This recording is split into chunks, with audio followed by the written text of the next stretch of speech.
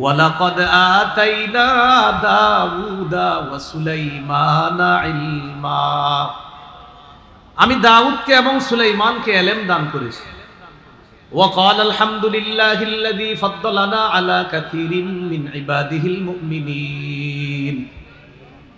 দাউদ নবী, সুলাইমান নবী বলছে, আল্লাহ, সমস্ত প্রশংসা আল্লাহ, যে আল্লাহ আমাদেরকে তার অনেক মুমিন বান্দাদের উপর শ্রেষ্ঠত্ব দান করেছেন। দাউদ নবী আর সুলাইমান নবী বললেন, সমস্ত প্রশংসা আল্লাহ।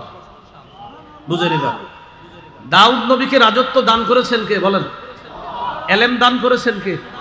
সুলাইমান নবীকে রাজত্ব এলেম দান করেছেন কে? কিন্তু এই দুজন সমস্ত কৃতিত্ব প্রশংসার মাধ্যমে কাকে দিতেছে?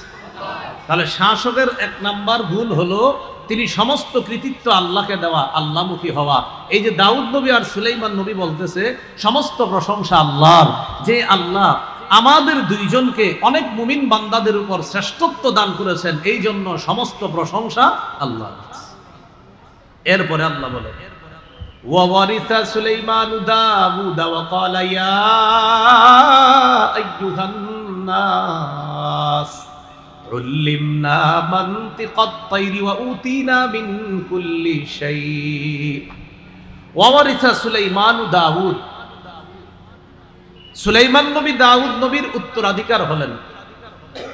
সুলাইমান নবী দাউদ নবীর উত্তরাধিকার হওয়ার পর সুলাইমান নবী বললেন, হে মানুষ, উল্লিমনা মানতিকাত তায়র, শোনো তোমরা, আমাকে পাখির ভাষা শিক্ষা দেওয়া হয়েছে আল্লাহর পক্ষ থেকে। পাখির ভাষা আমি নবী সুলাইমানকে শিক্ষা দেওয়া হয়েছে। ওয়া উতিনা মিন কুল্লি শাই, আমাকে সব জিনিসের নেয়ামত দান করা হয়েছে। এগুলার পরে সুলাইমান নবী বলতেছেন, ইন্না হাযা লাহুয়াল ফাদলুল মুবিন, এগুলা সব স্পষ্ট অনুগ্রহ, আল্লাহর পক্ষ থেকে দয়া, অনুগ্রহ। আমি যে পাখির ভাষা বুঝি, এটা আমার আল্লাহর অনুগ্রহ। আমি যে পাখির ভাষা বুঝতে পারি, এটা আমার রবের অনুগ্রহ। আমার হুকুমে যে বাতাস প্রবাহিত হয়, এটা আমার রবের অনুগ্রহ। এত বড় রাজত্ব যোগ্যতা পাওয়ার পরেও বলেন তো কৃতিত্ব কাকে দিচ্ছে? রাষ্ট্রনায়কের এক নাম্বার গুণ হবে তিনি সমস্ত বিষয়ে আল্লাহমুখী হবে, আখিরাতমুখী হবে, আল্লাহকে সব কৃতিত্ব দিবে। এটা এক নাম্বার। পরে কি বলে দেখেন, ওয়া হুশিরা লিসুলাইমানা জুনুদুহু মিনাল জিন্নি ওয়াল ইনসি ওয়াত তায়রি ফাহুম ইউজাউন।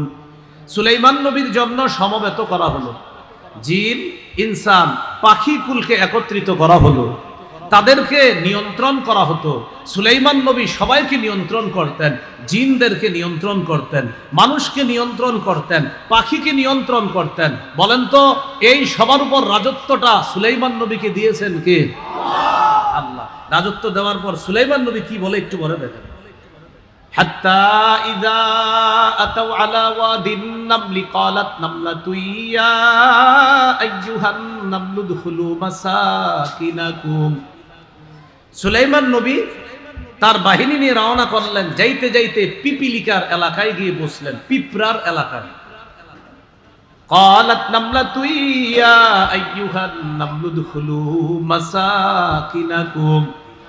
পিঁপড়ার রানী পিঁপড়াদেরকে ডেকে বলল, ও পিপিলিকার সম্প্রদায়, উদখুলু মাসাকিনাকুম, তাড়াতাড়ি গর্তে ঢুকো। পিপিলিকার রানী পিঁপড়াদেরকে ডেকে বলল, ও পিঁপড়া সম্প্রদায়, তাড়াতাড়ি গর্তে প্রবেশ করো। লা ইয়াহতিমান্নাকুম সুলাইমান ওয়া জুনুদুহু ওয়া হুম লা ইয়াশউরুন। সুলাইমান এবং তার সৈন্যবাহিনী না জেনে তোমাদেরকে যেন পিষে না ফেলে, তাড়াতাড়ি তোমরা গর্তে ঢুকো। সুলাইমান নবী তার যে বাহিনী নিয়ে আসতেছে, তোমাদের উপরে হাঁটলে তোমাদেরকে পিষে মেরে ফেলতে পারে। ও পিঁপড়া বাহিনী, তাড়াতাড়ি গর্তে ঢুকো, সুলাইমান নবী যেন তোমাদেরকে পারা না দেয়। আর উনি তো বুঝতে পারবে না, না জেনে হয়তো তোমাদেরকে পিষে ফেলতে পারে, এজন্য তোমরা গর্তের মধ্যে প্রবেশ করো। পিঁপড়ার রানী পিঁপড়ার দলকে এই কথা বলার পর সুলাইমান নবী পিঁপড়ার ভাষাটা বুঝে ফেলছে। সাথে সাথে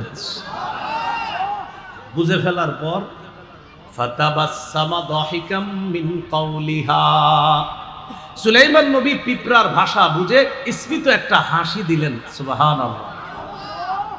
وقال رب أوزعني أن أشكر نعمتك التي أنعمت علي وعلى والدي। সাথে সাথে সুলাইমান নবী বললেন, হে আমার রব, আমাকে তৌফিক দান করেন, আমি যেন আপনার নেয়ামতের শুকরিয়া আদায় করতে পারি, যে নেয়ামত আপনি আমাকে দান করেছেন। আল্লাহ, আমাকে পাখির ভাষা বুঝার যোগ্যতা দিয়েছেন। আল্লাহ, বাতাস আমার অনুগামী করে দিয়েছেন। আল্লাহ, মানুষের উপর আমার রাজত্ব দান করেছেন।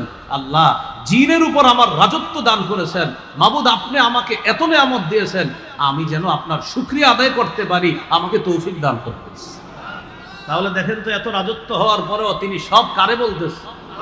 এটা মুসলিম শাসকের এক নাম্বার বৈশিষ্ট্য, আল্লাহমুখী হওয়া। আমি কিছু না, সব আমার রব আমাকে করছে।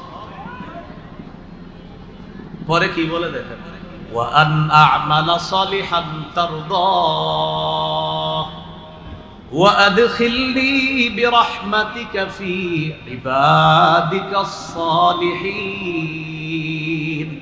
আল্লাহ, আমি যেন নেক কাজ করতে পারি, যেই নেক কাজ আপনি পছন্দ করেন, আপনার পছন্দনীয় নেক কাজ যেন আমি করতে পারি, আর আমাকে আপনার অনুগ্রহে নেক বান্দাদের অন্তর্ভুক্ত করে নেন।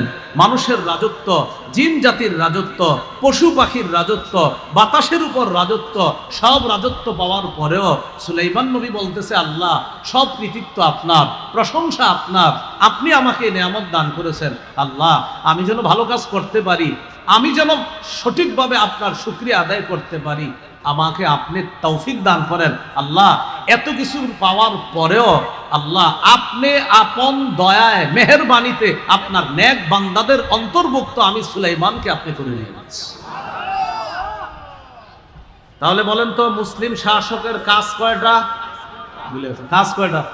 4টা। আর গুণ কয়টা? 1 নাম্বার গেল আল্লাহমুখী হওয়া, এলো 1 নাম্বার গুণ। তো সুলাইমান নবী আল্লাহর এত প্রশংসা করার পর আল্লাহ সুলাইমান নবীর প্রশংসা করে দিলেন। সুবহানাল্লাহ। কোন মুসলিম শাসক আল্লাহকে খুশি করে দিলে আল্লাহ তার প্রতি খুশি হয়ে যায়। সুলাইমান নবী শাসক হিসাবে খুশি করেছেন আল্লাহকে, আল্লাহ খুশি হয়ে সুলাইমান নবীর প্রশংসা করছেন সূরা সদের 30 নম্বর আয়াতে। বুঝে থাকলে বলেন তো, সুলাইমান নবী রাজত্ব পাওয়ার পর কাকে খুশি করছে? এবার আল্লাহ তাআলা সুলাইমান নবীর প্রতি খুশি হয়ে কি বলে দেখেন, সূরা সদ 30 নম্বর আয়াত। আল্লাহ বলেন, ওয়া ওয়াহাবনা লিদাউদা সুলাইমান, আমি দাউদ নবীকে সুলাইমান নামে একজন সন্তান দান করেছি। এত ভালো সন্তান, নি'মাল আব। আল্লাহ বলেন, সুলাইমান কতই না উত্তম বান্দা। সুবহানাল্লাহ। আল্লাহ বলেন, সুলাইমান কতই না উত্তম বান্দা। ইন্নাহু আওয়াব, সে বেশি বেশি খালি আল্লাহর দিকে ফিরে। আওয়াব মানে যে বেশি বেশি আল্লাহমুখী হয়। তো আল্লাহ বলেন, আমার সুলাইমানকে এত রাজত্ব দেওয়ার পরেও সুলাইমান এত ভালো বান্দা, এত নেক বান্দা, সে খালি আমার অভিমুখী হয়, সে বেশি বেশি আল্লাহ অভিমুখী হয়। বুঝে থাকবে নি কথাটা, মনে থাকবে নি? তাহলে মুসলিম শাসকের 1 নাম্বার বৈশিষ্ট্য আল্লাহমুখী হওয়া। 2 নাম্বার বৈশিষ্ট্য বলেন, ইনসাফ কায়েম করা। বলেন তো, মুসলিম শাসকের 2 নাম্বার বৈশিষ্ট্য কি? এটা জরুরি বিষয়। সূরাতুস সাদ 26 নম্বর আয়াতে আল্লাহ বলেন, ইয়া দাউদ ইন্না জাআলনাকা খলিফাতান ফিল আরদ ফাহকুম বাইনান নাসি বিল হাক্কি ওয়া লা তাত্তাবি'ল হাওয়া ফায়ুদিল্লাকা আন সাবিলিল্লাহ ইন্নাল্লাযীনা ইয়াদিল্লুনা আন সাবিলিল্লাহি লাহুম আযাবুন শাদীদুম বিমা নাসু ইয়াউমাল হিসাব। ইয়া দাউদ, হে দাউদ, ইন্না জাআলনাকা খলিফাতান ফিল আরদ, আমি আপনাকে বানিয়েছি পৃথিবীতে খলিফা, প্রতিনিধি।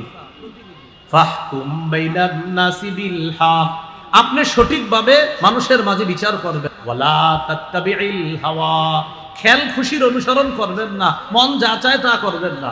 ফায়ুদিল্লাকা আন সাবিলিল্লাহ, যদি আপনি আপনার খেল খুশির অনুসরণ করেন তাহলে এটা আপনাকে আল্লাহর রাস্তা থেকে দূরে সরায়া দিবে। চিন্তা করেন, একজন নবীকে আল্লাহ বলতেছে, আপনি যদি নিজের মনের কথা শোনেন, তাহলে এই মনের কথা যদি শোনেন তাহলে আপনাকে এই বিষয়টা আল্লাহর রাস্তা থেকে দূরে সরায়া দিবে। একজন নবী, একজন শাসককে আল্লাহ বলতেছেন, দাউদ, আমি দুনিয়াতে আপনাকে শাসক বানিয়েছি, মানুষের মাঝে ইনসাফের সাথে বিচার করবেন। এই ক্ষেত্রে আপনি আপনার মনের কথা শুনবেন না, খেয়াল খুশিতে যা আসবে এটা শুনবেন না, সঠিকভাবে ফয়সালা করবেন। যদি মনের কথা শুনেন তাহলে কিন্তু আপনি আল্লাহর রাস্তা থেকে দূরে সরে যাবেন। চিন্তা করছেন একজন নবীকে আল্লাহ ধমক দিতেছে, তাহলে অন্য যারা শাসক আছে এদের কি অবস্থা হবে বলে? হ্যাঁ, আল্লাহ বলে ইন্নাল্লাযীনা ইউদিল্লুনা আন সাবিলিল্লাহ, যারা আল্লাহর রাস্তা থেকে দূরে সরে যাবে, লাহুম আযাবুন শাদীদুম বিমা নাসু ইয়াউমাল হিসাব, যারা আল্লাহর রাস্তা থেকে বিচ্যুত হয়ে যাবে তাদের জন্য রয়েছে কঠিন শাস্তি।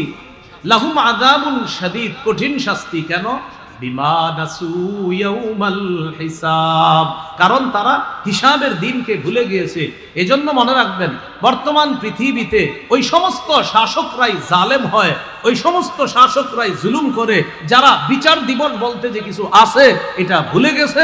এই জন্য যা মন চায় তা করে, মানুষের উপর অত্যাচার, জুলুম, নির্যাতনার, পাশবিকতার জয় জয়কর অবস্থা সৃষ্টি করে। কেন? ওই যে আখেরাতে জবাবদিহিতা করতে হবে এটা ভুলে গেছে। তো আল্লাহ বলেন, যারা নিজের মন মতো কথা শুনবে আর মানুষের মাঝে যা মন চায় তা করবে, তাদের জন্য কঠিন শাস্তি। কেন? তারা হিসাবের দিবসটাকে ভুলে যাওয়ার কারণে তাদের জন্য কঠিন শাস্তি। প্রিয় ভাইয়েরা, শাসকের 2 নম্বর গুণ শিখতেছি কি? ইনসাফ কায়েম করা। সূরা মাঈদার 8 নম্বর আয়াতে আল্লাহ বলেন, ওয়ালা ইয়াজরিমান্নাকুম শানাআনু কওমিন আলা আল্লা তা'দিলু,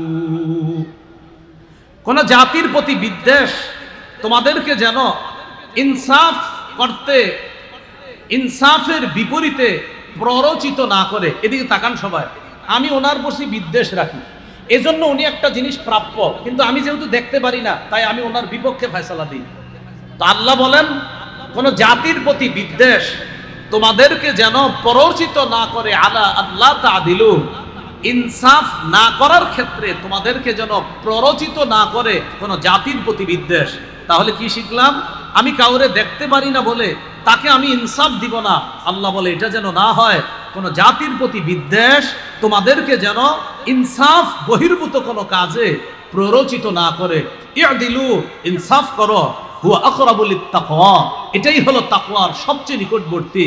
মনে রাখবা, ওয়াত্তাকুল্লাহ, আল্লাহকে ভয় করো।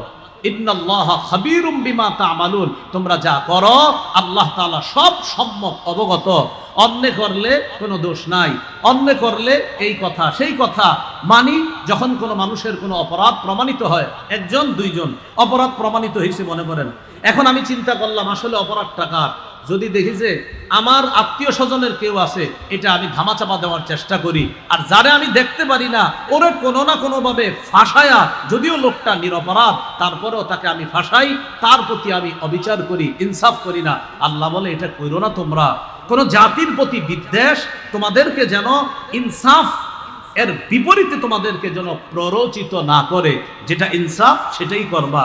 এই জন্য সূরা আনআমের 152 নম্বর আয়াতে আল্লাহ বলেন, ওয়াইদা কুলতুম ফাদিলু, যখন কথা বলবা সঠিক কথা বলবা। ওয়ালাউ কানাজা করবা, যদিও তোমার সামনে কোনো নিকটাত্মীয় থাকে, থাক নিকটাত্মীয়, যেটা সঠিক সেটাই বলবা। চাই তোমার আত্মীয়ের পক্ষে যাক বিপক্ষে যাক, আমি আল্লাহ যা তোমাকে ইনসাফ করতে বলেছি তুমি সেটাই করতে হবে। অন্যথায় যদি জুলুমের পথ বেছে নাও, আমি আল্লাহ যুগে যুগে জালেমদেরকে যেভাবে শায়েস্তা করেছি সেভাবে তোমাকেও যে কোনো মুহূর্তে আমি আল্লাহ ধরে ফেলতে পারি। এখানে আবার একটা কথা মনে রাখবেন, বলেন আমার সাথে, যে কোনো, বলেন, পতিত জালেম থেকে পরবর্তীরা যদি শিক্ষা না নিয়ে তারাও জুলুম করে, আগের জালেমের চাইতে পরের জালেমের পরিণতি আরো ভয়ঙ্কর হবে। আগের জালেম থেকে যদি কেউ শিক্ষা না নিয়ে পরে আবার জালেম হন, আল্লাহ কিন্তু ধরবে যে দেখো নাই চোখের সামনে কি ঘটায় দেই। তুমি যদি শিক্ষা না নাও, মনে রাখবা পতিত জালেম যে ওর সাথে আমি আল্লাহ যা আচরণ করেছি, পরবর্তী জালেম ওর সাথে আরো ভয়ঙ্কর অবস্থা হবে। এটা মাথা রাখতে হবে। তাহলে মুসলিম দেশের রাষ্ট্রনায়ক, এই রাষ্ট্রনায়ক যিনি হবে, মুসলিম শাসকের 2 নম্বর গুণ ইনসাফ প্রতিষ্ঠিত করা। সহিহ বুখারীর একটা হাদিস লিখে রাখার মতো, সারা দুনিয়ার মানুষকে বুক ফুলিয়ে বলার মতো একটা হাদিস। হাদিসটি আমি বলি, বাংলাগুলা মনে রাখলেই চলবে আপনাদের। সহিহ বুখারী 4788 নম্বর হাদিস, কিতাবুল হুদুদ, বাবু কারাহিয়াতিশ শাফাআ ফি হাদ্দিন ইদা রুফিয়া ইলা সুলতান। এটা হলো বাব আর অধ্যায়। এই হাদিসের মধ্যে আছে বুখারী 6788, বুখারী 6788, কিতাবুল হুদুদ, বাবু কারাহিয়াতিশ শাফাআ ফি হাদ্দিন ইদা রুফিয়া ইলা সুলতান। এই হাদিসটা আজকে আপনারা শিখবেন, বুক ফুলিয়ে গর্ব করে অন্যদের কাছে বলবেন। বলেন ইনশাআল্লাহ। একটা চুরির ঘটনা ঘটছে মক্কায়। বলেন কিসের ঘটনা? বলেন মাখজুমি নামক সম্ভ্রান্ত বংশীয় এক নারী চুরি করছে। একজন সম্ভ্রান্ত বংশীয় নারী কি করছে? তো সে চুরি করার পর তো চুরির বিচার হলো আপনার হাত কাটা। এখন এটা কিভাবে বিচার একটু হালকা করা যায়, এটা নিয়ে মুসলমানরাও পেরেশানি যে এই বেচারা কত সম্ভ্রান্ত ব্যক্তি, এর হাতটা কাটা হবে, এটা কেমন দেখা যায়। আয়েশা সিদ্দিকা রাদিয়াল্লাহু তাআলা আনহার বর্ণনা, সাহাবায়ে কেরাম পরামর্শ করে বলল, আগে হাদিসটা শোনেন কি বিষয়টা কি। বিষয়টা হলো আন্না কুরাইশান আহাম্মাতহুম আল মারআতুল মাখজুমিয়াতুল্লাতী সারাকাত। কুরাইশদেরকে খুব ভাবিয়ে তুললো একটা চুরির ঘটনা, যেই চুরিটা করেছে মাখজুমি গোত্রের এক নারী। এই চুরির ঘটনা কুরাইশদেরকে ভাবিয়ে তুললো, মানে খুব ভাবায়া তুলছে। এরকম সম্ভ্রান্ত একটা নারী চুরি করছে, এর ব্যাপারে বিচার হবে এত কঠোর, এটা কেমন হয়। তো কেউ সাহস করে নবীর সাথে কথা বলার সাহস পাচ্ছে না, কারণ আল্লাহ রসুলকে হালকা করার কথা বলার এই সাহস কারণে।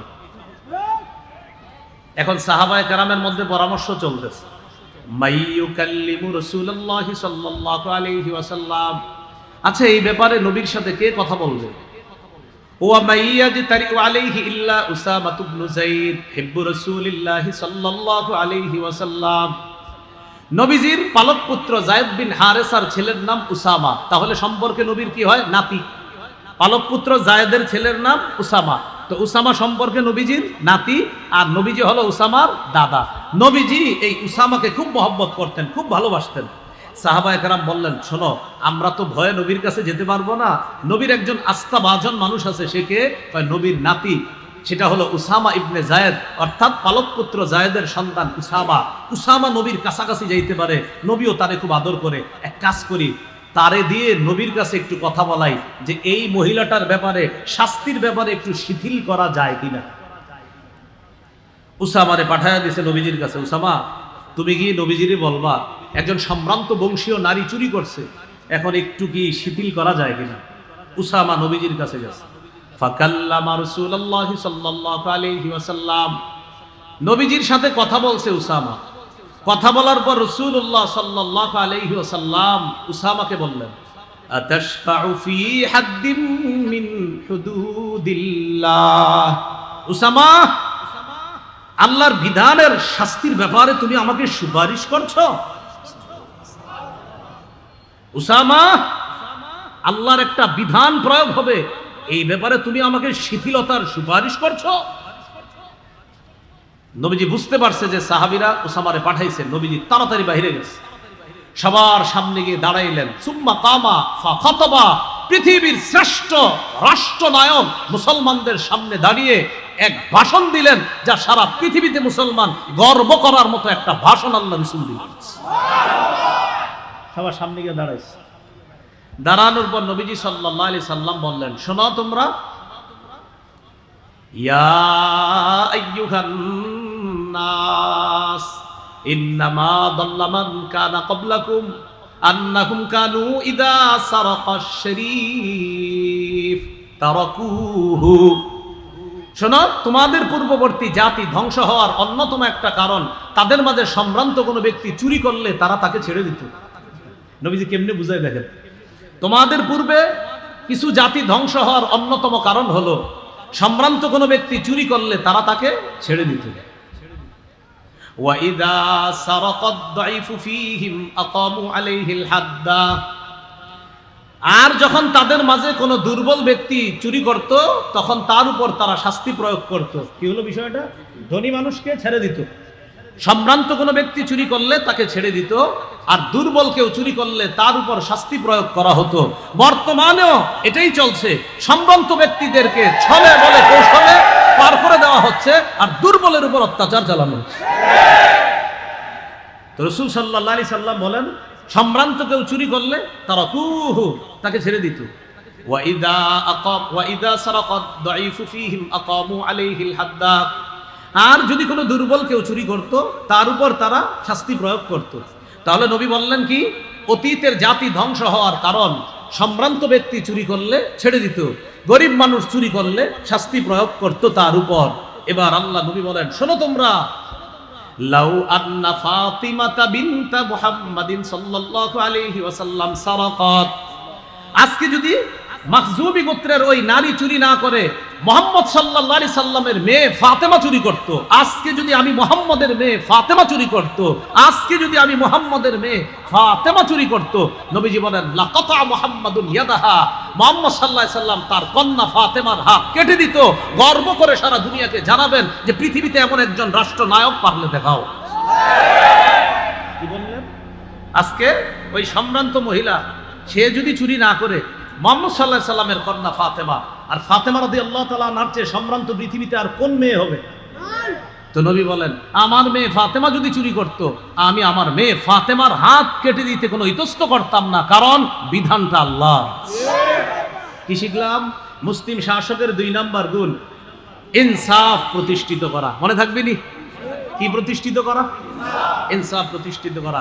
এই জন্য ইংরেজিতে একটা প্রবাদ আছে, no justice no peace, no justice no peace. বিচার নাই শান্তি নাই, বিচার নাই শান্তি নাই। কি নাই?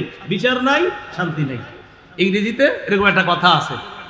ইংরেজি এক দার্শনিক আমাদের নবীর ব্যাপারে বলেছেন, আই বিলিভ দ্যাট, এটা আমি বিশ্বাস করি, if a man like him, him মানে লাইক মুহাম্মদ সাল্লাল্লাহু আলাইহি সাল্লাম, কোন মানুষ যদি মুহাম্মদ সাল্লাল্লাহু আলাইহি সাল্লামের মতো এই যুগেও হতো, এই যুগেও যদি হতো, ওয়ার টু অ্যাসিউম দা, যে ওই ব্যক্তি বলতেছে যে মুহাম্মদ সাল্লাল্লাহু আলাইহি সাল্লামের মতো কোন ব্যক্তি যদি এই যুগেও হতো, এই যুগেও যদি মুহাম্মদ সাল্লাল্লাহু আলাইহি সাল্লামের মতো কোন ব্যক্তি হতো, আর এই যুগের এক নায়কত্ব যদি ওই ব্যক্তির হাতে থাকতো, তো ওই দার্শনিক বলতেছে হি উড, ওই ব্যক্তি সাকসিস, সে সাকসেসফুল হয়ে যেত। কিভাবে? তো বলতেছে ইন সলভিং ইটস প্রবলেমস, পৃথিবীর যত সমস্যা আছে এগুলা সমাধানে সে সাকসেস হতো। যদি মুহাম্মদ সাল্লাল্লাহু আলাইহি সাল্লামের মতো বর্তমান পৃথিবীতে একজন মানুষ থাকতো, তো সারা পৃথিবীর সমস্যা সে সমাধান করে ফেলত। এটা একজন ইংরেজি দার্শনিকের কথা। মুহাম্মদ সাল্লাল্লাহু আলাইহি সাল্লামের একজন যদি হতো, হি উড সাকসেস, বলতেছে সে সাকসেস হয়ে যেত। ইন কিভাবে? সলভিং ইটস প্রবলেমস, যত সমস্যা আছে সব সমাধানে সে সাকসেসফুল হতো। এটা একজন ইংরেজি দার্শনিকের কথা আমাদের নবীর ব্যাপারে বলে। মহাত্মা গান্ধী তো বলেছে, পৃথিবীতে শান্তি চাও তো ওমরের শাসন কায়েম করো, দুনিয়াতে শান্তি আসবে। আল্লাহ আমাদেরকে বুঝার তৌফিক দান করো। তাহলে মুসলিম শাসকের 2 নাম্বার গুণ কি? ইনসাফ প্রতিষ্ঠিত করা। 3 নাম্বার, অন্যায়ের পথ পরিহার করে ন্যায়ের পথে চলা। এটা মুসলিম শাসকের 3 নাম্বার বৈশিষ্ট্য, অন্যায়ের পথ পরিহার করে ন্যায়ের পথে চলা। যেমন সূরা আরাফের 142 নম্বর আয়াত, বনি ইসরাইল মুসা নবীর কাছে আবদার জানাইলো, মুসা, আমরা শরীয়তের উপর চলার জন্য আমাদের একটা লিখিত একটা পাণ্ডুলিপি হলে ভালো হয়, যেটা পরে পরে জানবো এটা করা হালাল, এটা করা হারাম, এটা করলে এই সওয়াব, এটা করলে ওই সওয়াব, এরকম আমরা কিছু চাই। মুসা নবী আল্লাহর কাছে দোয়া করলেন, আল্লাহ তারা একটা একদম সুবিন্যস্ত শরীয়ত চাইতেছে, আল্লাহ কি করা? আল্লাহ বললেন, ঠিক আছে, তুর পাহাড়ে চলে আসেন। সুবহানাল্লাহ। আসার পর 30 দিন এতেকাফ করেন, কয় রাত? 30 রাত এতেকাফ করেন। কয় রাত? 30 রাত এতেকাফ করেন। আল্লাহ তাআলা মুসা নবীকে নিয়ে গেলেন। আল্লাহ তাআলা খুশি হয়ে ইবাদত করার জন্য আরো 10 রাত দিলেন। মোট হলো 30 আর 10 কত হলো? 40। মুসা নবী যে 40 রাতের জন্য তুর পাহাড়ে চলে গেলেন, তার প্রতিনিধি বানায়া দিলেন হারুন নবীকে। হারুন নবীকে বললেন, ভাই হারুন, সঠিকভাবে কাজ করবা, ইনসাফের পথ তুমি ধারণ করবা, ন্যায়ের পথ ধারণ করবা, অন্যায়ের পথ পরিহার করবা। মুসলিম শাসকের 3 নাম্বার বৈশিষ্ট্য, ন্যায়ের পথ গ্রহণ করা, অন্যায়ের পথ পরিহার করা। এবার আয়াতটা শোনেন, সূরা আরাফ 142 নম্বর আয়াতে আল্লাহ বলেন, ওয়া ওয়া'আদনা মূসা 30 লাইলা, আমি মূসাকে তাওরাত কিতাব দেওয়ার জন্য 30 রাতের ওয়াদা করলাম। ওয়া আতমামনাহা বি'আশরিন, 30 রাত ইতিকাফ করবে মূসা, আমি আল্লাহ 10 দিয়ে আরো পুরা করলাম। ফাতাম্মা মিকাতু রাব্বিহি 40 লাইলা, এইভাবে মূসার রবের নির্ধারিত মেয়াদ হয়ে গেল 30 আর 10 40, এটা হয়ে গেল নির্ধারিত মেয়াদ। ফাতাম্মা, পূর্ণ হলো, মিকাতু রাব্বিহি, মূসা নবীর রবের নির্ধারিত মেয়াদ কত দিনে? 40 লাইলা, 40 রাতে পুরা হলো। প্রথম ছিল কয় রাত? 30 রাত। বাড়াইলো কয় রাত? 30 আর 10 কত?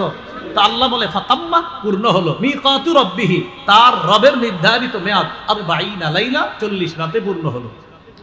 ওয়াকালা মূসা লিআখিহি হারুন আখলুফনি ফি কওমি, ওয়াকালা মূসা, মূসা নবী বললেন লিআখিহি, তার ভাই হারুনকে বললেন, হারুন উখলুফনি ফি কওমি, আমার অনুপস্থিতিতে তুমি আমার সম্প্রদায়ের প্রতিনিধিত্ব করবা।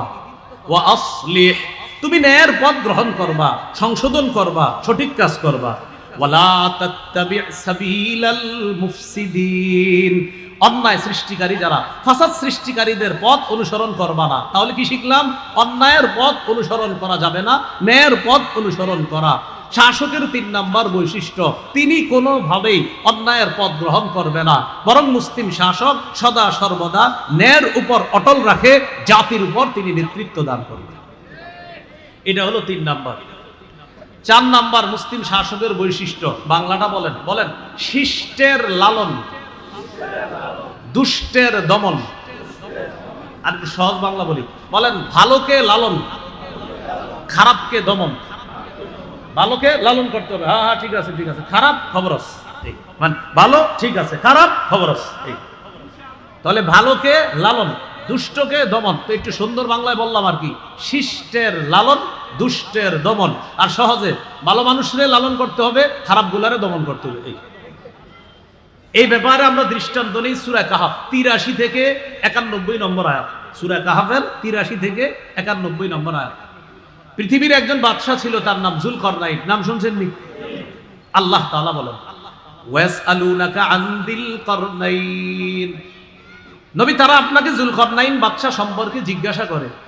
কুল সাআতলু আলাইকুম মিনহু যিকরা, আপনি বলেন আমি যুলকরনাইনের ব্যাপারে তোমাদের কাছে এখন কিছু আলোচনা করব। ইন্না মাক্কান্না লাহু ফিল আরদ, আমি যুলকরনাইনকে পৃথিবীতে ক্ষমতা দান করলাম। ওয়া আতাইনাহু মিন কুল্লি শাইইন সাবাবা, আমি তাকে সব জিনিসের উপকরণ দান করলাম। এখানে ব্যাখ্যা, উপকরণ দ্বারা উদ্দেশ্য, যুলকরনাইনকে আল্লাহ এমন একটা যোগ্যতা দান করছেন, তিনি যে কোনো সময় যে কোনো কিছু দিয়ে যে কোনো জিনিস বানিয়ে ফেলতে পারতেন। সুবহান, এটা উপকরণ। তা আল্লাহ তাআলা বলেন, ফাআতবাআ সাবাবা, যুলকরনাইন বাদশা একদিন আমার হুকুমে সফর করা শুরু করলেন। কোথায় যাবে? পৃথিবীর একদম পশ্চিম প্রান্তে যাবে। কোথায় যাবে বলেন তো? একদম পৃথিবীর পশ্চিমে, যেখানে যাওয়ার পর এর ওই পাশে আর কোনো বাড়িঘর নাই, কেউ নাই। এখানে যাবে, যাওয়ার পর একটা সমুদ্রের মতো মনে হবে, কাদা যুক্ত পানি মনে হবে, জলাশয়। ওই জলাশয়ের মধ্যে সূর্যটা ডুবতেছে ডুবতেছে, এমন একটা জায়গায় যাওয়ার জন্য বাদশা যুলকরনাইন রওনা করলেন। সুবহানাল্লাহ। তা আল্লাহ বলেন, হাত্তা ইযা বালাগা মাগরিবাশ শামসি ওয়াজাদাহা তাগরুবু ফি আইনিন হামিআতিন ওয়া ওয়াজাদা ইনদাহা কওমা, বাদশা যুলকরনাইন রওনা করলেন। হাত্তা ইযা বালাগা মাগরিবাশ শামস, তিনি পৌঁছে গেলেন মাগরিবাশ শামস, সূর্য অস্ত যাওয়ার স্থানে তিনি পৌঁছে গেলেন। পৌঁছে যাওয়ার পর দেখলেন তিনি ওয়াজাদাহা তাগরুবু ফি আইনিন হামিআ, তিনি দেখলেন কাদাযুক্ত জলাশয়ের মধ্যে যেন সূর্যটা ডুবে যাচ্ছে যাচ্ছে। সুবহানাল্লাহ। কাদাযুক্ত জলাশয় মানে ওখানে সমুদ্র, আর মনে হচ্ছে কালো অন্ধকার, সেখানে সূর্যটা ডুবে যাচ্ছে। তো আল্লাহ তাআলা বলেন, ওয়াজাদা ইনদাহা কওমা, সেখানে বাদশা যুলকরনাইন এক জাতির সন্ধান পেল। সুবহানাল্লাহ, এক জাতি। তবে এই জাতি কাফের, বেঈমান। নাউজুবিল্লাহ বলেন। সুবহানাল্লাহ কেন বললাম? যে সেখানে যাওয়ার পরেও আল্লাহর মাখলুক পাইছে, আর সূর্য ডুবতেছে, ওই পাশে কেউ নাই, বাকি এই পাশে একটা জাতি, বাকি ওই জাতি ছিল কাফের। তো কাফের জাতিকে বাদশা যুলকরনাইন পাইলেন। পাওয়ার পর কুলনা ইয়া যাল করনাইনি ইম্মা আন তুআযযিবা ওয়া ইম্মা আন তাত্তাখিযা ফীহিম হুসনা। ও বাদশা যুলকরনাইন, আল্লাহ বলেন আমি যুলকরনাইনকে বললাম এই কাফেরদের ব্যাপারে আপনার সামনে দুইটা অপশন, ইম্মা আন তুআযযিবা, হয়তো তাদেরকে শাস্তি দিতে পারো, ওয়া ইম্মা আন তাত্তাখিযা ফীহিম হুসনা, অথবা তাদের ব্যাপারে ভালো কোনো পন্থা তুমি গ্রহণ করতে পারো। কয়টা পন্থা? দুইটা। একটা হলো শাস্তি দিতে পারো বা ভালো কিছু গ্রহণ করতে পারো। মনে আসেনি? শিষ্টের লালন, দুষ্টের দমন।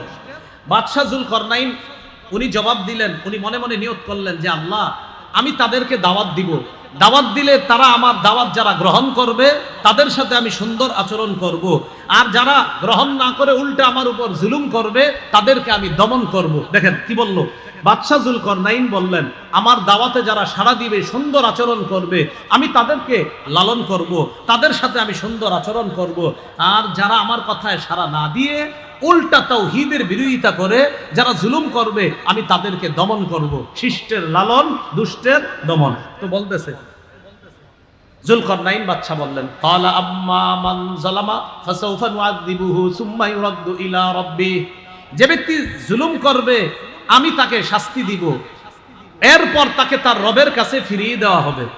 সুম্মা ইউরাদ্দু ইলা রাব্বিহি ফায়ুআযযিবুহু আযাবান নুকরা, তার রব তাকে কঠিন শাস্তি দিবে, এটা হলো রবের কাছে ফিরিয়ে দেওয়া হবে।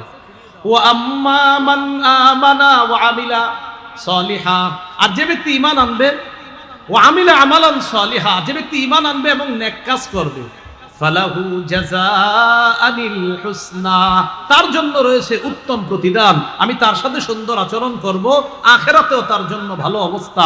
আর যারা জুলুম করবে, আমার কথা শুনবে না, দুনিয়াতে আমি তাদেরকে দমন করব, এরপরে তো আল্লাহ আপনার কাছে তারা যাবে আর আপনি তো তাদেরকে কঠিন শাস্তি দিবেন।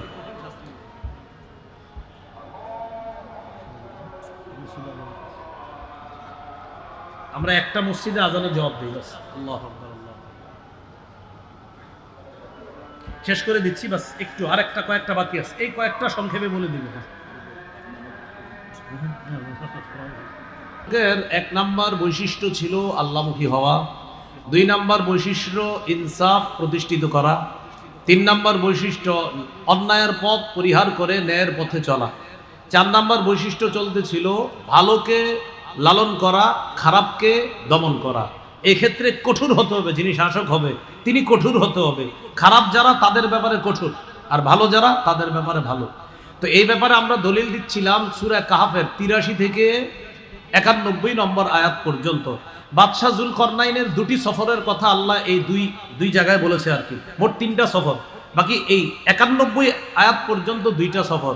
একটা হলো যুলকরনাইন বাদশার একদম পৃথিবীর পশ্চিম প্রান্তে সফর, সেখানে যাওয়ার পর একদল কাফেরকে পাইলেন, তো তাদের ব্যাপারে তিনি বললেন যারা জালেম জুলুম করবে তাদেরকে আমি কঠিন শাস্তি দিব। ও আম্মা মান আমানা ওয়া আমিলা সলিহা, আর যে ব্যক্তি ঈমান আনবে, নেক কাজ করবে, তার জন্য ভালো পুরস্কার রয়েছে। ওয়া সানাকুলু লাহু মিন আমরিনা ইউসরা, যুলকরনাইন বাদশা বলেন আমি তাকে যখন আদেশ করব, কথা বলার সময় সঠিক কথা, সহজ কথা বলবো, তার সাথে আমার সব আচরণও হবে সহজ। কি শিখলাম? ভালোকে লালন করা, খারাপকে দমন করা, সোজা হিসাব। যেটা উল্টাপাল্টা করবে ওইটাকে শাস্তি না দিলে দেশের অবস্থা আরো খারাপ হবে। এই হলো 4 নাম্বার। 5 নাম্বার মুসলিম শাসকের বৈশিষ্ট্য, বলেন জনগণের জন্য অকাতরে বিলিয়ে দেওয়া। জনগণের জন্য দিয়ে দিতে হবে, সব জনগণের দিয়ে দিতে হবে, সব জনগণ। এটার দলিল নিব আমরা কোত্থেকে? সূরা কাহফের। ও এখানে একটু রয়ে গেছে আগের কথায়, বাদশাহ যুলকরনাইনের একটা সফর ছিল পশ্চিম প্রান্তে, আর একটা ছিল একদম পূর্ব প্রান্তে। পূর্ব প্রান্তে যেখানে সূর্য ওঠে সেখানেও একটা জাতিকে পাইছে, দেখে কি ওই জাতির ঘর বাড়ি নেই, কিচ্ছু নাই, মানে ঘর বাড়ি যে বানাতে হয় এটা তারা জানে না, এরাও কাফের। এরা রৌদ্রের মধ্যে থেকে যে ছায়ার মধ্যে থাকতে হয় এটাও তারা জানে না। তো সেখানেও তার অবস্থা ছিল 2টা, এক যারা সঠিক কাজ করবে, তার কথা মানবে, তাদের সাথে সুন্দর আচরণ, আর যারা মানবে না, জুলুম করবে, তাদেরকে দমন করা। এই হলো আপনার 4 নাম্বার আলোচনা। মুসলিম শাসকের 5 নাম্বার বৈশিষ্ট্য জনগণের জন্য অকাতরে বিলিয়ে দেওয়া। সূরা কাহফের 92 নম্বর থেকে 97 নম্বর আয়াত পর্যন্ত, আমি শুধু অনুবাদগুলো বলে যাচ্ছি। বাদশাহ যুলকারনাইন এবার আরেকটা সফর করলেন। মুফাসসিরিনে কেরাম বলেন এই সফরটা হয়েছে পৃথিবীর উত্তরে, আল্লাহ বলেন এই কোরআনে। আল্লাহ শুধু দুইটা বলছে, একটা বলছে পশ্চিমে আর একটা বলছে পূর্বে। 3 নাম্বার সফরের কথা কোরআনে আছে, কিন্তু কোন দিকে সফর এটা আল্লাহ সরাসরি বলে নাই। তবে মুফাসসিরিনে কেরাম ক্যালকুলেশন করে বলেন 3 নাম্বার সফরটা হয়েছে পৃথিবীর উত্তরে। বাদশাহ যুলকারনাইন সেখানে গেলেন। যাওয়ার পর হাত্তা ইদা বালাগ বাইনাস সাদ্দাইন, 2 পাহাড়ের মাঝে গিয়ে পৌঁছলেন। সেখানে গিয়ে পৌঁছার পর এক জাতি পাইলেন, যেই জাতি বাদশাহ যুলকারনাইনের কথা বুঝে না। লা ইয়াকাদুনা ইয়াফকাহুনা কাওলা, যুলকারনাইনের ভাষা বুঝে না। বাদশাহ যুলকারনাইন চিন্তা করলেন এদেরকে বোঝানো যায় কেমনে। তখন তিনি ইশারার মাধ্যমে তাদের সাথে কথা বলা শুরু করলেন। সুবহানাল্লাহ। মুফাসসিরিনে কেরাম লেখেন আরেকটা হলো দুবাসীর মাধ্যমে, একটা হলো ইশারায়, যে ইশারায় হ্যাঁ বলো বলো তোমরা বলো, এরকম ইশারায় কথা বললেন। তখন ওই পাহাড়ের যারা মাঝখানে আছে তারা বলল, ও বাদশাহ যুলকারনাইন, এই পাহাড়ের ওই পাশে 2টা জাতি আছে, একটার নাম ইয়াজুজ আর একটার নাম মাজুজ। ইন্না ইয়াজুজা ওয়া মাজুজা মুফসিদুনা ফিল আরদ, তারা পৃথিবীতে খুব ফাসাদ সৃষ্টি করে। তারা পাহাড়ের এই পাশে আইসা মাঝে মাঝে আমাদের বাড়ির উপর হামলা করে, লুটতরাজ করে, ডাকাতি করে। আমরা বড় সমস্যার মধ্যে আছি। ও বাদশাহ যুলকারনাইন, একটা ফয়সালা করেন না, কিছু করা যায় কিনা? ফাহাল নাজআলু লাকা খারজান আলা আন তাজআলা বাইনানা ওয়া বাইনাহুম সাদ্দা, আপনি আমাদের মাঝে আর ওই ইয়াজুজ মাজুজের মাঝে এমন একটা প্রাচীর করে দেন, একটা প্রতিবন্ধক তৈরি করে দেন। প্রয়োজনে আপনারে আমরা টাকা দিব, কর দিব, ট্যাক্স দিব, পারিশ্রমিক দিব। এটা কারা বলল? ওই জাতি। বাদশাহ যুলকারনাইন বললেন কিচ্ছু লাগবে না। মা মাক্কান্নি ফিহি রব্বি খাইর, আল্লাহ আমাকে যা দিয়েছে, যে ক্ষমতা দান করেছেন, তোমরা যা দিবা এর চেয়ে অনেক উত্তম দান করেছেন। আমি শুধু তোমাদেরকে বলি, তোমরা শুধু সংগ্রহ করো, যা অর্থের প্রয়োজন সব আমি দিব, যা যা লাগে সব আমি দিব, তোমরা খালি আমার একটু সহযোগিতা করো। কি সহযোগিতা? আতুনি জুবারাল হাদিদ, লোহার পাত আনো। বাদশাহ যুলকারনাইনের জন্য তারা লোহার পাত নিয়ে আসলো। লোহার পাতগুলা 2 পাহাড়ের মাঝখানে রাখতে শুরু করলো। লোহার পাত রাখতে রাখতে হাত্তা ইদা সাওয়া বাইনাস সাদাফাইন, 2 পাহাড়ের একদম উঁচা চূড়ায়, বুঝেন এই 2 পাহাড়, এই 2 পাহাড়ের মাঝে ফাঁকা, এই ফাঁকা যে মধ্যে লোহার পাত রাখতে রাখতে এটা এটা এটা এই যে 2 পাহাড়, একটা পাহাড় আর একটা পাহাড়, মাঝখানে লোহাগুলা রাখতে রাখতে এই 2 পাহাড়ের চূড়া সম পরিমাণ লোহার পাত রাখা হয়ে গেছে। বুঝছেন নি কথাটা? এখন ছিদ্র বন্ধ, বাকি কোনো পার্টিশন দেওয়া হয় নাই, শুধু লোহাগুলা রাখা হয়েছে। মাঝে মাঝে ছিদ্র টিদ্র হয়ে যেতে পারে, ইয়াজুজ মাজুজ এসে নাড়া দিলে পড়ে যেতে পারে। তখন যুলকারনাইন বললেন উনফুখু, আগুন জ্বালাও, আগুনের মধ্যে বাতাসের ব্যবস্থা করো। এটার মধ্যে বাতাসের ব্যবস্থা করার পর এখানে প্রচুর পরিমাণে কয়লা জ্বালাও। কয়লা জ্বালানোর পর এটার মধ্যে তামা গলাও। গলানোর পর ওই গলিত তামা আমার কাছে নিয়ে আসো। উফরিকা আলাইহি কিতর, আমি এই লোহার উপর এই তামাগুলা ঢেলে দিব। বাদশাহ যুলকারনাইন ওই লোহার উপর এগুলা ঢেলে দেওয়ার পর এই লোহা একটা আরেকটার সাথে সুন্দরভাবে লেগে কঠিন একটা পার্টিশন তৈরি হয়ে গেছে। আল্লাহ তাআলা বলেন এমনভাবে পার্টিশন তৈরি হয়েছে, ওই ইয়াজুজ মাজুজ চাইলেও তারা এপাশে অতিক্রম করে আসতে পারবে না, আবার এটার কোনো ছিদ্র তারা তালাশ করে পাবে না। তো আল্লাহ তাআলা বলেন উফরিকা আলাইহি কিতরা, বাদশাহ যুলকারনাইন সম্পর্কে বলেন যে আমি এটা ঢেলে দিব। তো ঢেলে দেওয়ার পর তখন তারা আর ওইটার কোনো পার্টিশনও খুঁজে পায় নাই, উপর দিয়ে যে এপাশে আসবে এটাও পায় না। এটা হলো আপনার 5 নাম্বার বৈশিষ্ট্য, অকাতরে বিলিয়ে দেওয়া। লোহার পাত তৈরি করা, তামার ব্যবস্থা করা, কয়লার ব্যবস্থা করা, জ্বালানির ব্যবস্থা করা, যত খরচ লাগছে সব বাদশাহ যুলকারনাইন একা বহন করছে। তাহলে জনগণের জন্য অকাতরে বিলিয়ে দেওয়া, কি করা বলেন তো? অকাতরে বিলিয়ে দেওয়া। হ্যাঁ, এটা মনে রাখতে হবে, জনগণের জন্য অকাতরে বিলিয়ে দেওয়া। আমরাও বিলিয়ে দেই, এরে দেই, অমুক রে দেই, আমার আশেপাশে যে আছে দেই, আমি রাখি না তো তারে দেই, তারে দেই, এরকম না, এরকম হবে না। জনগণের জন্য আমাদের ব্যবস্থা পুরো উল্টা, আমরা জনগণেরটা আইনা আশেপাশের মানুষকে দেওয়া হয়, এটা অন্যায়।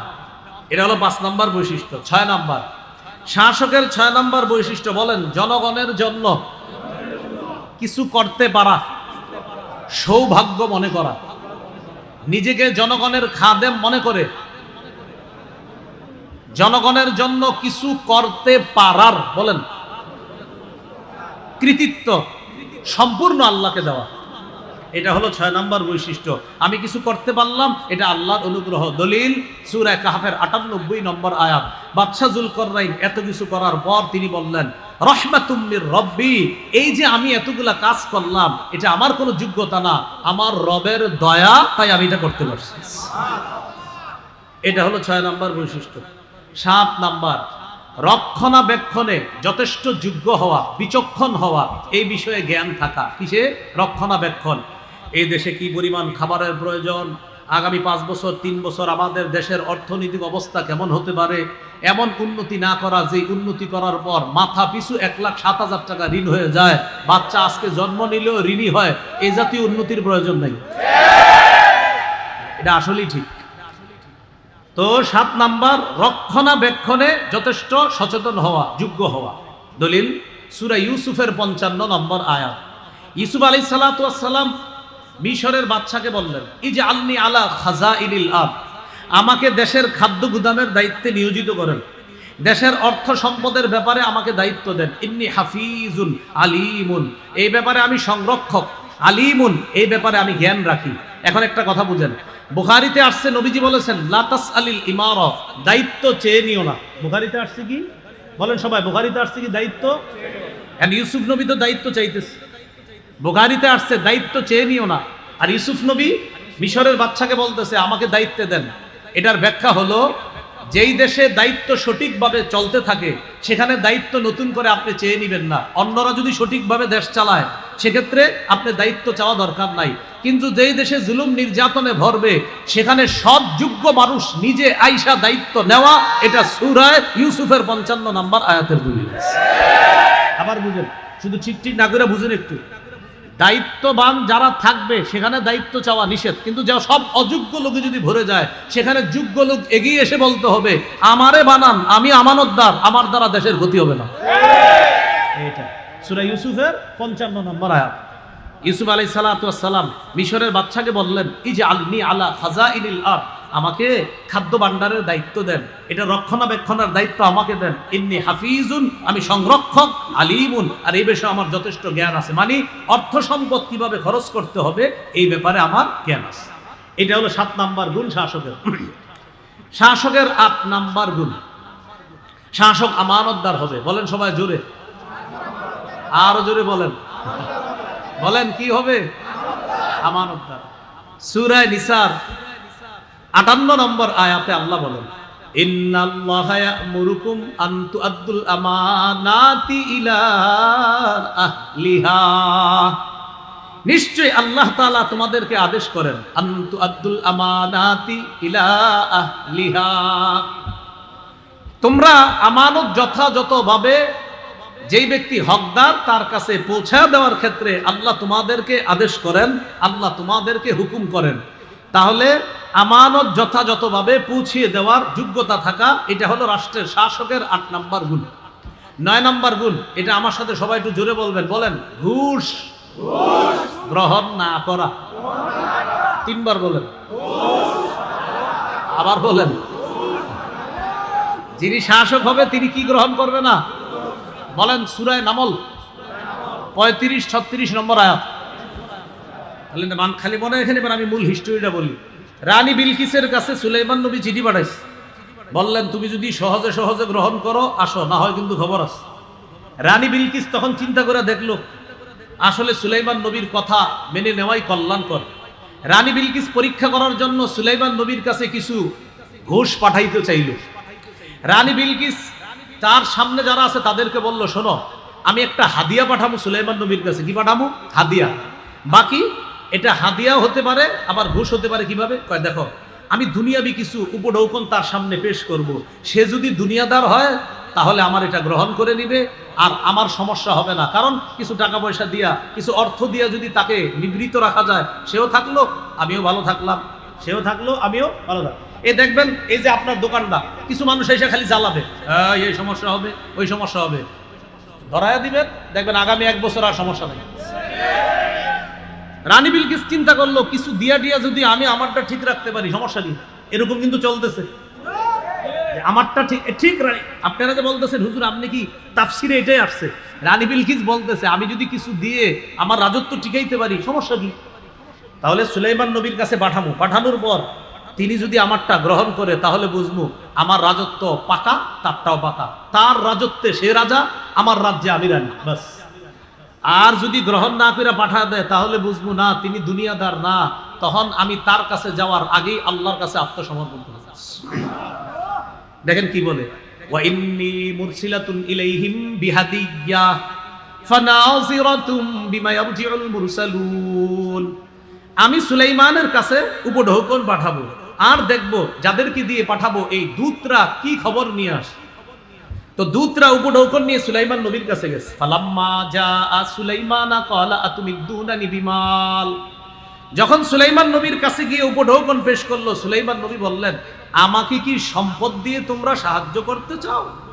ফামা আতানি আল্লাহু খায়রুম মিম্মা আতাকুম।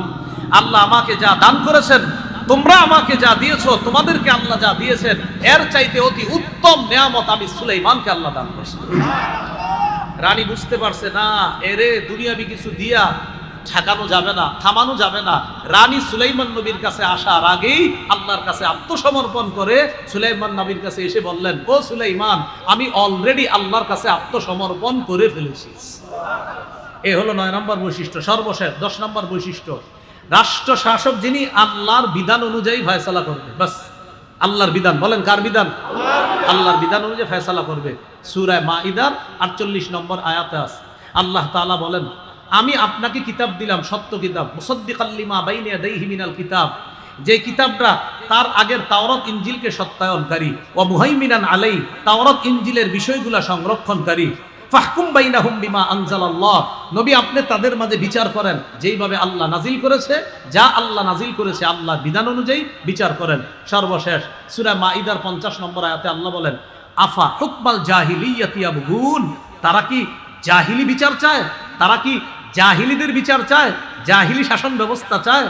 নবী আপনি বলেন, ওমান আহসানু মিনাল্লাহি হুকমান লিকওমি ইউকিনুন, যারা বিশ্বাসী তাদের জন্য আল্লাহর চাইতে উত্তম বিধানদাতা আর কে আছে? তাদের জন্য আল্লাহর চাইতে উত্তম বিধানদাতা আর কে আছে? এই রাষ্ট্র শাসকের 4টা করণীয় জানলাম আর 10টা গুণ জানলাম। আল্লাহ আমাদের এই বাংলাদেশও এমন একজন মুসলিম শাসক যেন আল্লাহ তৈরি করে দেয়। আমিন ওয়া আখিরু দাওয়ানা আলহামদুলিল্লাহ।